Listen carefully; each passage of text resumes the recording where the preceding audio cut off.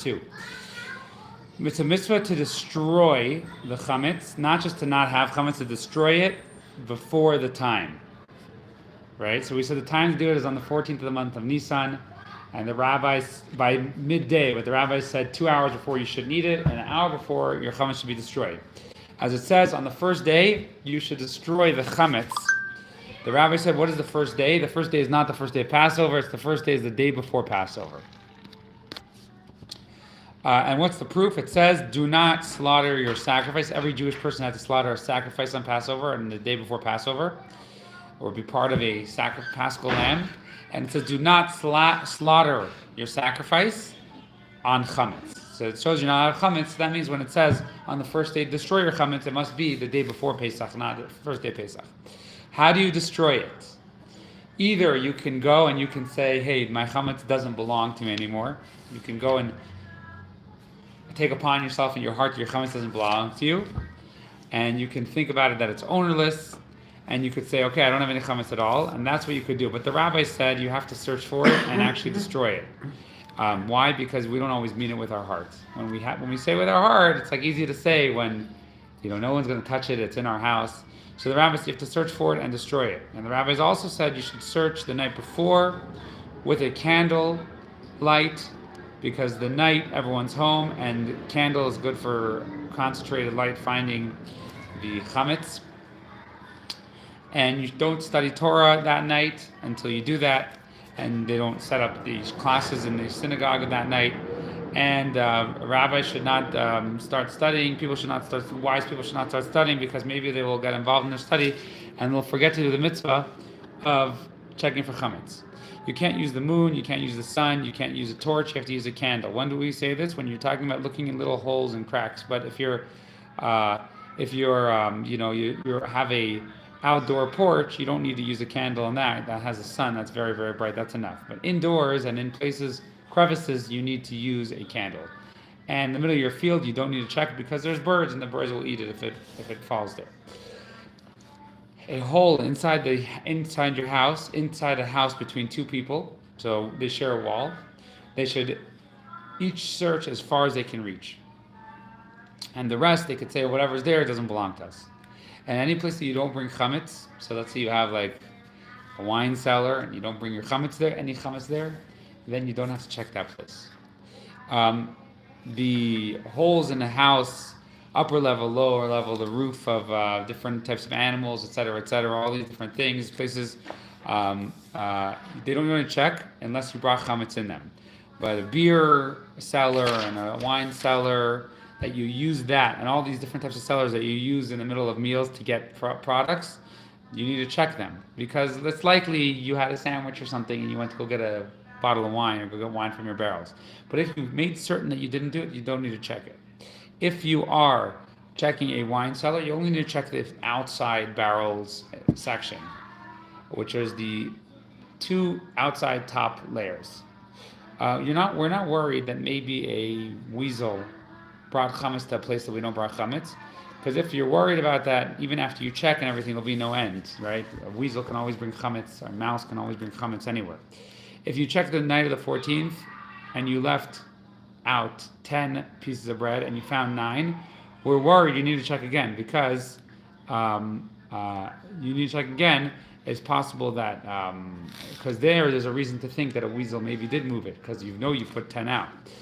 Similarly, so you see if you see a mouse or a weasel a rodent go in with chametz in its mouth, so then you have to check it again, because you know that chametz went into it.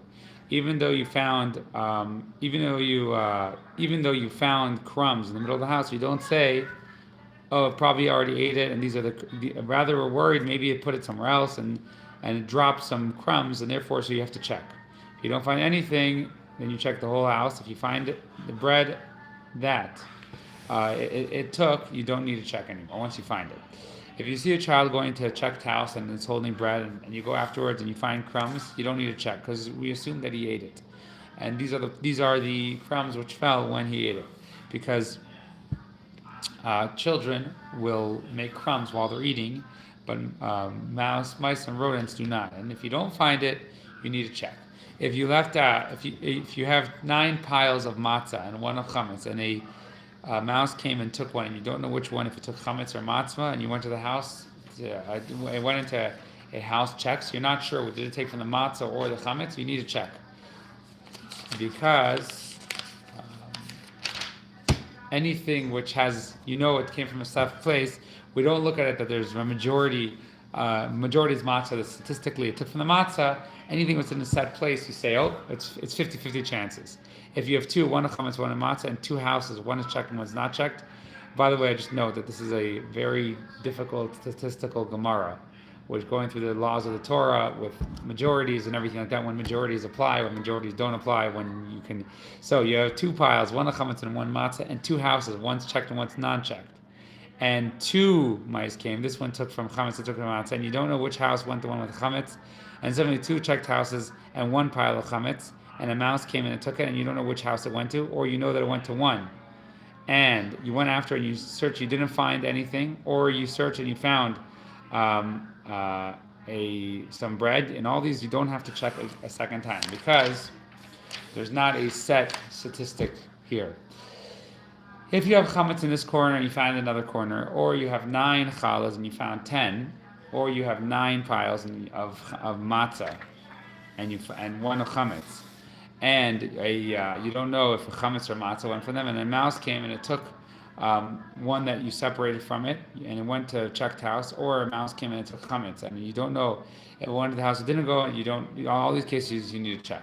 If a mouse goes into a house and it has bread in its mouth, and it goes out and it has bread in its mouth, so what do we say? We say the first. This is the same one that went in and out, and you don't have to check. If one was black and one was white, then you need to check. If a mouse went in with a bread in its mouth, and a mouse went in with bread in its mouth, and it comes out a weasel with bread in its mouth, you need to check. If a mouse came out and it has bread in its mouth, you don't need to check, because this is the same one that was in it. A snake that goes in to a hole with bread in its mouth, you don't have to. You don't have to bring somebody to take it out.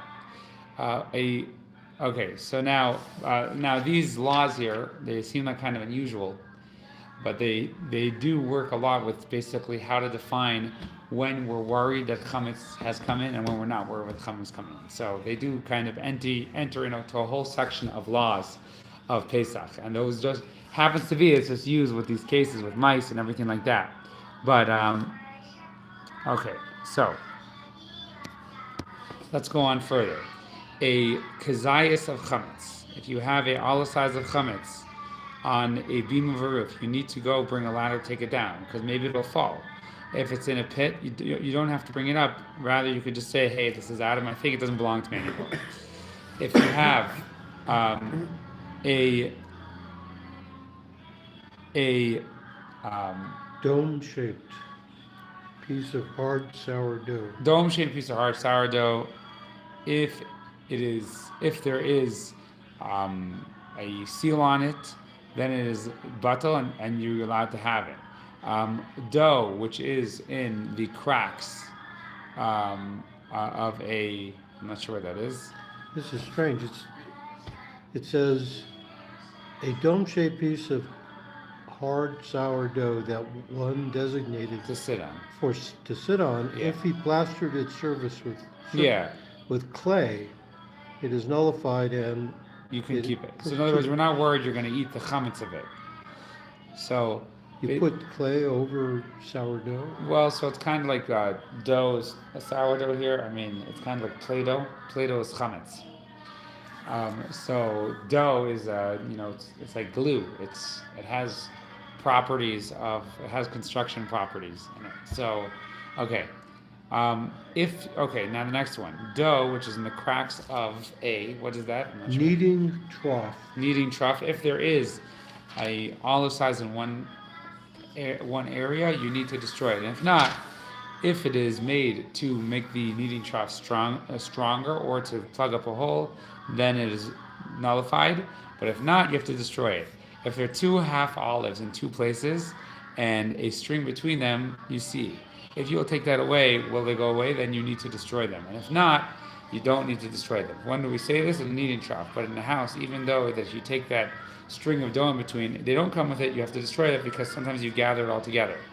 If there is half an olive in the house and half an olive in the attic, half olive in the house and half olive in the porch, half olive in the house and half olive in the house inside of that, since they are two halves and they are connected in the walls, you don't have to the walls or to the beams, you don't have to destroy them, you can mabata leave it. So if you have an olive size, you have to destroy it, of chametz. If it's less, you don't have to. If you rent a house, you can assume that it's checked and you don't have to ask. But if you know that he didn't do it, and a child or a lady, your wife, or a child says that we checked it, they're believed, because everyone's believed to say they destroy the chametz, and everyone can check the chametz, even women, servants, and children, and that is a child that's responsible enough that can physically do it. If you rent a house to your friend, until you give him the keys, and before you give him the keys to stay in the house is the 14th, the renter has to check, and if you give it before, then the person who's renting out needs to check. And if you gave him the keys, so the person who's renting needs to check. If you rent a house and you find and you know, oh, it must be checked, and you come and it's not checked, so the person who's renting has to check. And if it's not, he can't say, hey, I thought I was checked, I wouldn't want to rent it, because he's doing a mitzvah. You get the opportunity to do a mitzvah. If you go in the sea or you're going to Karen 30 days before Pesach, you have to check your house. Before 30 days, if you plan on returning before Pesach, you need to check. And if you don't, but afterwards, and then go out. Because maybe you'll return before Pesach, or you're return Pesach right before Pesach, and you won't be able to check. And if you are not planning on coming back, you don't need to check. So like if you're going on a trip before Pesach and you know you're not going to go for Pesach, you don't have to check. Similarly, if you make your house a storage house within 30 days of Pesach, you need to check, and afterwards put your stuff in. Before 30 days, if you plan on emptying out before Pesach, you need to check it, and afterwards make the iser. And if you're not planning on emptying out before Pesach, you don't need to check it. That is today's Rambam. Okay. Checking for chametz is a pretty serious thing. Okay. Even though it's rabbinic. All right, we're holding on page. Let me just see.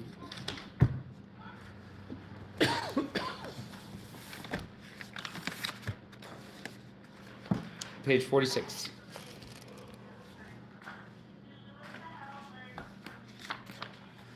Okay.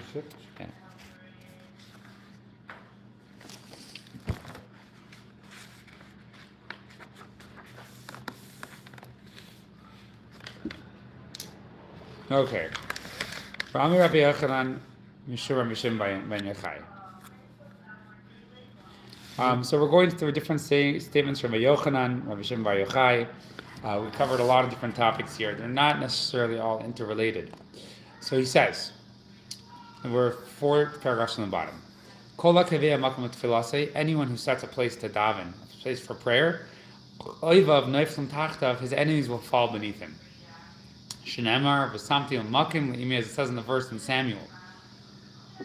I will appoint a place for my nation, Israel, Am Yisrael, u'nataitiv v'shachan tachtav, and I will plant them, and they will dwell in their own place. Through setting aside a place for prayer, they will merit to be disturbed no more. Neither shall the children of wickedness afflict them anymore, as in the beginning. So it is tradition to have a set place to daven.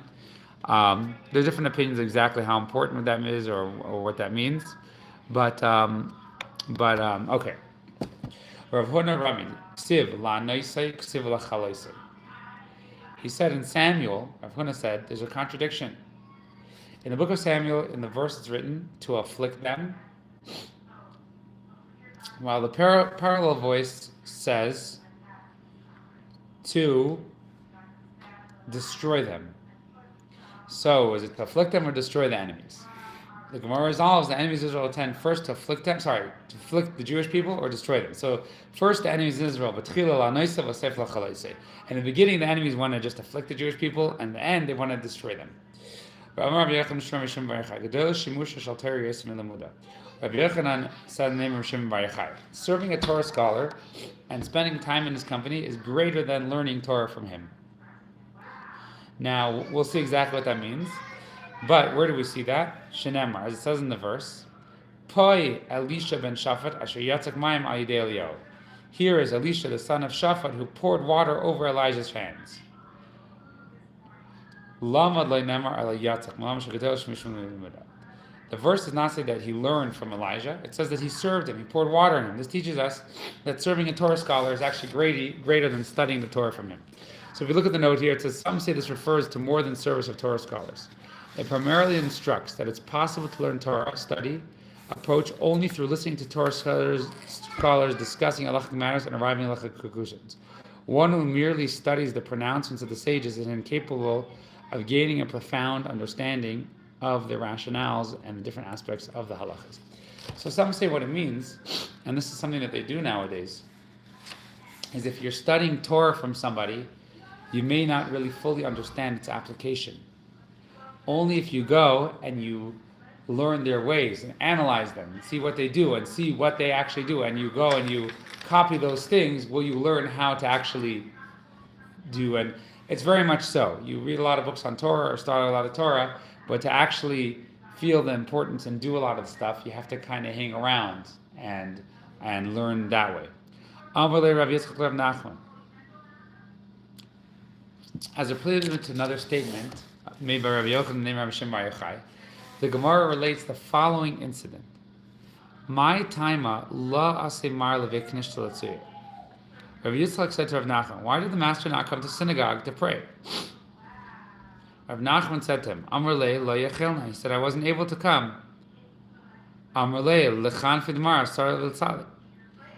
So Rabbi Yitzchak said back to him, let him gather 10 individuals at your home in daven. Amar le tricha le milsa. It is very difficult to me to impose upon the members of the community to come to my home to pray with me. But lema le mar l'shlucha de tzibura.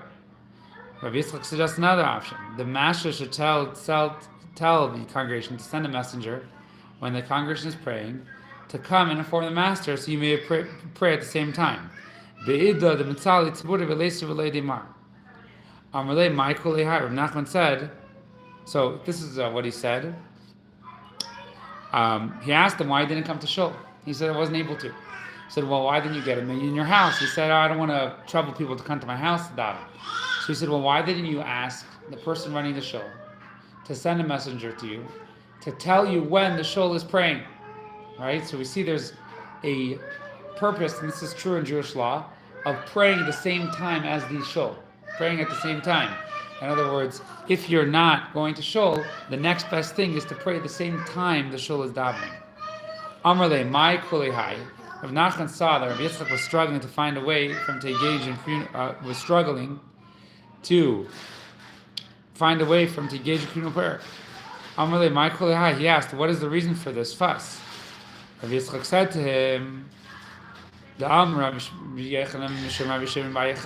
why are you bothering? Like, why are you pushing this so much? He said, well, Rabbi Yochanan said, at the day of Rabbi Shimon Bar Yochai, it says, but as for me, let my prayer be unto you at a time of favor. It appears that the individual is praying, and his prayer will coincide with the special time of divine favor. When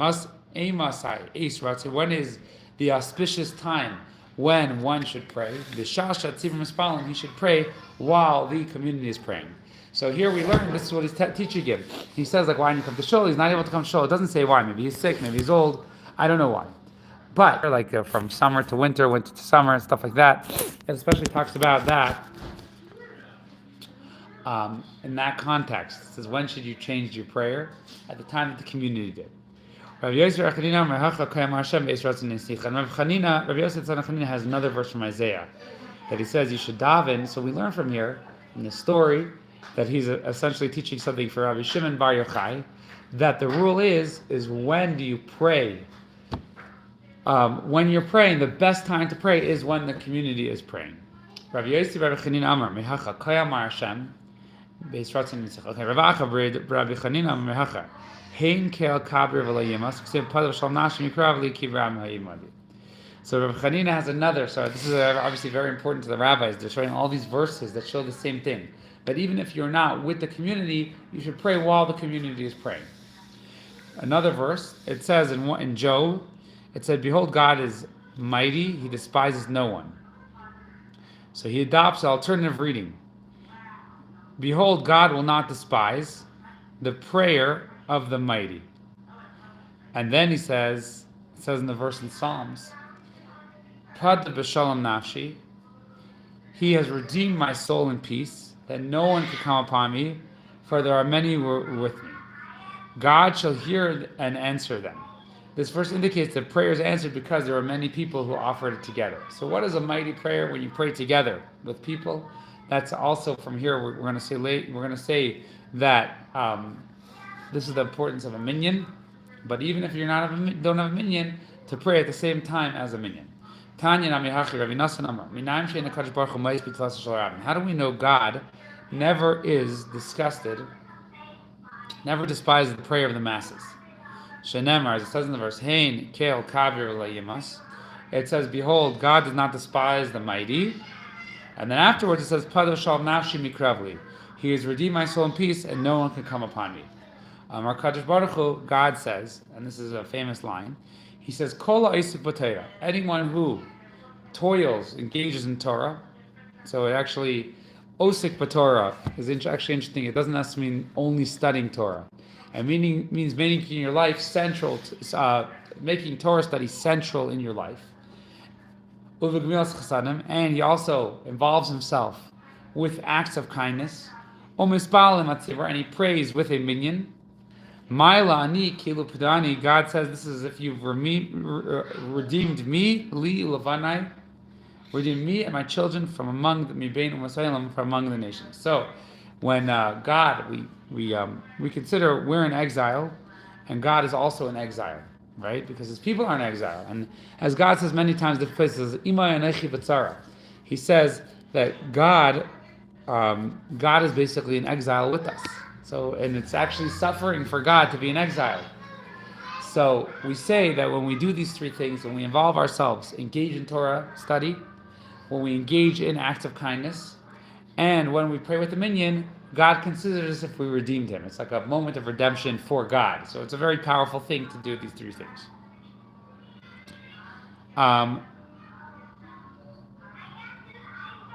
Now, it's interesting to note that in the Pirkei Avot, it says the world exists on three columns. There are three fundamentals in the world, and that's Torah, Avoda, and Gemilas Chasadim.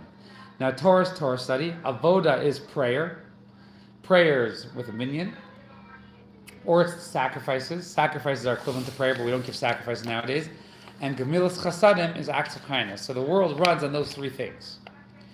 And actually interesting to note that if you only do one or two of them, then the world can fall. Right? You got that? Okay. Anyone who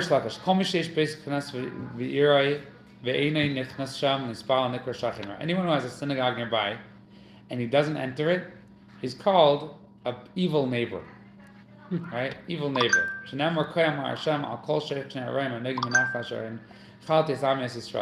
So he quotes a verse from Jeremiah. It says, "As for all my evil neighbors who touch my inheritance, which I have caused my people of Israel to inherit, behold, I will pluck them up from off the land, and will pluck the house of Judah from among them."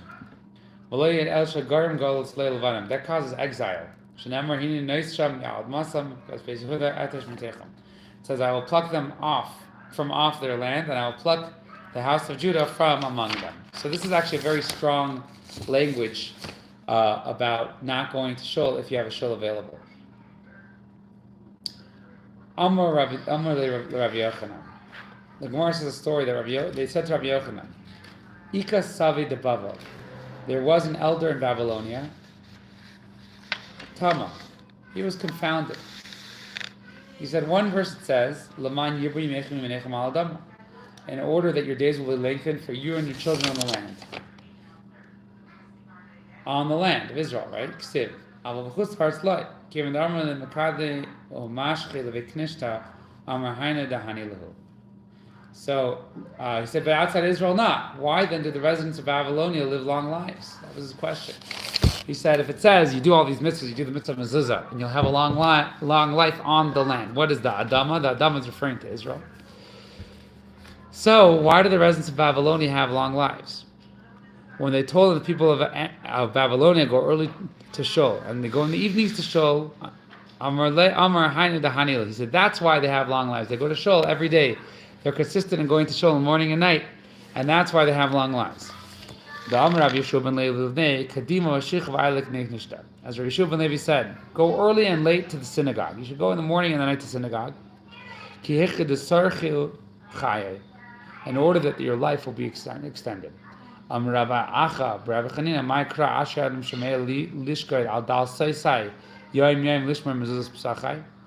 What is the verse that says, happy is the man who listens to me, watching daily at my gate, guarding at my doorpost? And it says, for he who finds life and obtains, for whoso finds me finds life and obtains the favor of the Lord. Person should always enter 2 doorways into the synagogue. So what is 2 doorways into the synagogue? No consensus exists regarding explanation. So synagogues should be constructed in a manner that one should pass through 2 doors before arriving in the sanctuary. That's one opinion. That's why a lot of shuls have a doorway, a vestibule, and then another doorway. From the Gemara, however, it feels that one should take care to stand at the distance of 2 ways, though there is a disagreement on how this is interpreted. Some say 2 doorways refers to a distance that one enters so as to remove himself from the street to avoid appearance that he is preparing to leave, or to avoid being distracted from prayers. Others maintains that one should wait a period of time sufficient to enter 2 days in order to compose himself for a moment before prayer. So there's 3 opinions here, essentially. One says you should have 2 doors. One of them says when you walk in, you should move 2 doorways away from the door, so it doesn't look like you're leaving. You shouldn't sit right by the door and be seen by it from the street. And the third opinion says you should wait for the time that you pass 2 doors, because when you walk into synagogue,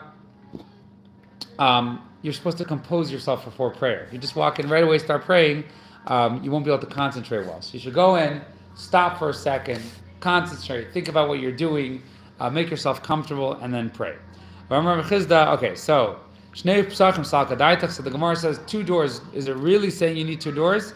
So it's saying the distance of 2 doorways and then pray. So 2 doors doesn't mean, the Gemara is saying, do you need 2 doors right next to each other? No, you don't need 2 doors right to exaction. You need a distance between the 2 doors. So there's a dispute amongst the rabbis. Do we say it means literal 2 doors, or do we say it's symbolic of something like that? So if you look at the picture on the bottom, this is, I guess, a synagogue constructed with 2 doors.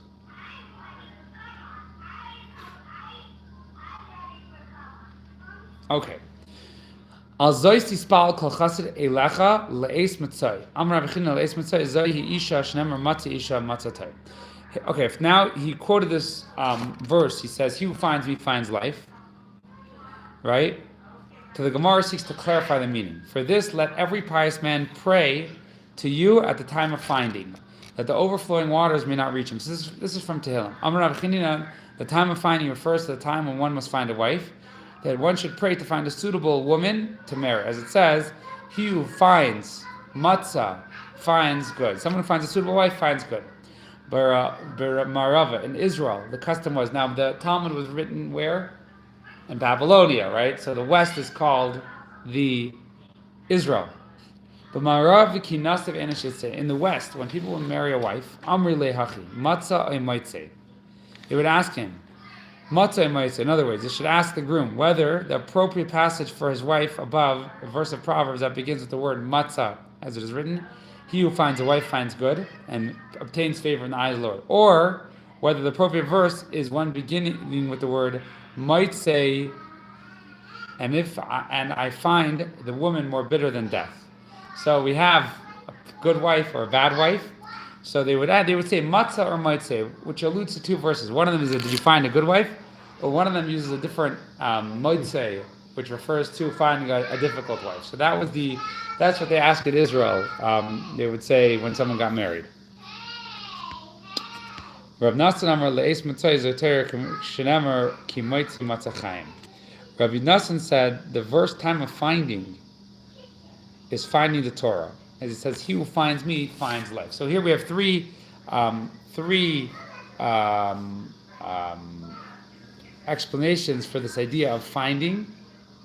One of them is this time of finding is a minyan. One of them is a wife, a good wife, and one of them is finding Torah. Rav Nachman Yitzchak Omer le'es mitzay zay misa shnemer l'mavis teitzay. Rav Nachman Yitzchak has a fourth interpretation. The time of finding is the time of death. One should pray that when death comes, he will leave the world peacefully, as is written. L'mavis teitzay. Rav Nachman Yitzchak's statement is based on a different verse, teitzay and matza. So when a person should say when they die, they should die peacefully, I guess as a good Jew. Tanya nami hacha. Now we'll just read one more statement over here. It says, similar brisa. There were 903 types of death were created in the world. Shenemar. Lamavitz teitzais. It says, issue totzaot, ways of dying.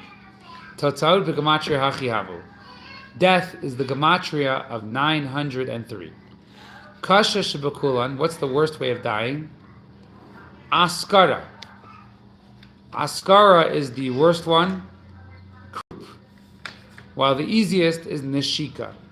So we just actually have in the daily chitas, daily chumash, a couple days ago, it says that God told Moses, you'll die like Aaron in a kiss of death. Kiss of death is you die like calmly, with no pain, no suffering. You lie down in your sleep, and you die. The worst one is askara. Askara damyu kechizra b'gvava. What is askara? Askara is similar to amr lachari nashra. Croup is like a thorn entangled in wood fleece, which when pulled out backwards, tears the wool. V'gidamri kifituri b'fia veshet. Some would say it's like ropes in the entrance of the esophagus. Neshika, what is neshika? Damya kemishchal v'nisa mechalva. It's like the drawing of hair from milk. One should pray that he does not die a painful death.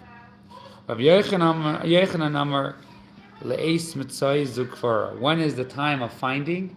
This is the time of burial.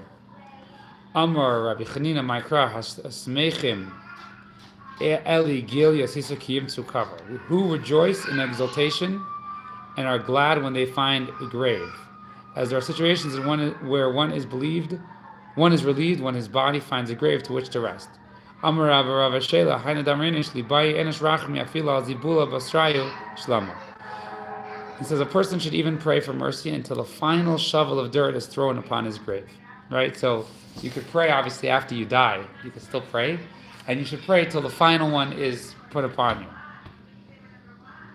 We'll do, just because we're in the subject of this verse, the time of finding.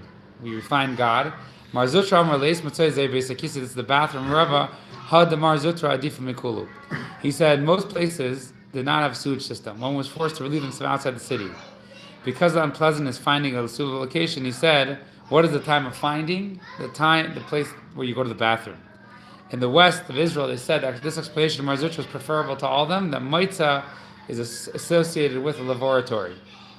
So that is what we'll stop here. But those are all, this is Agada Gemara, all taking a verse and kind of digging up all the Jewish traditions of that verse. Any questions?